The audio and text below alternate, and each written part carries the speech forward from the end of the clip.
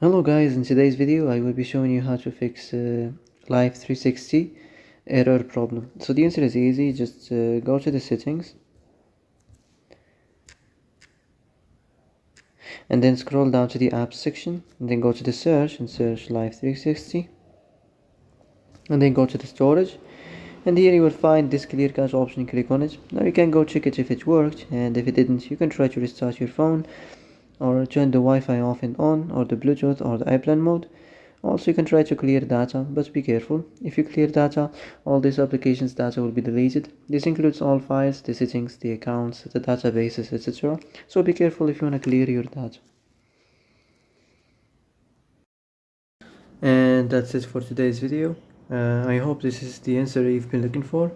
If you like this video, don't forget to like and subscribe, and see you in the next video.